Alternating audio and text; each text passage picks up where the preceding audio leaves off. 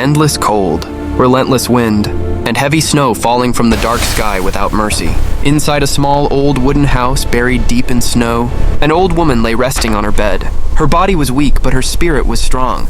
Beside her, her loyal dog lay quietly, watching, listening, guarding. Outside, the storm howled. Snow slammed against the windows. The wind pushed at the door as if trying to break in. The world beyond the house felt cruel and unforgiving. The next day, the old woman stepped outside into the storm. Snow reached up to her knees. She carried a heavy load of firewood on her shoulders. Each step slow and painful. Her dog walked beside her, alert, never leaving her side. Suddenly, the silence of the forest shattered. 5 wolves appeared from the white mist. Their eyes locked onto the old woman and the dog. Fear filled the air. The old woman dropped the wood and ran. The dog barked, urging her forward.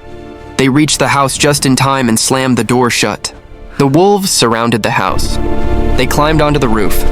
They scratched and howled. Snow and wind mixed with terror. Inside, the old woman trembled. The dog stood between her and the door, growling. Hours passed. The wolves finally disappeared into the storm. But the cold remained. The old woman collapsed, unconscious. The dog tried to wake her. Again and again, but she did not move. With no other choice, the dog ran into the storm to find help. Through the blinding snow, the dog saw a boy carrying supplies. The dog stood in front of him, raising its paws, begging. The boy understood. Together, they reached the underground tunnel house hidden beneath the snow.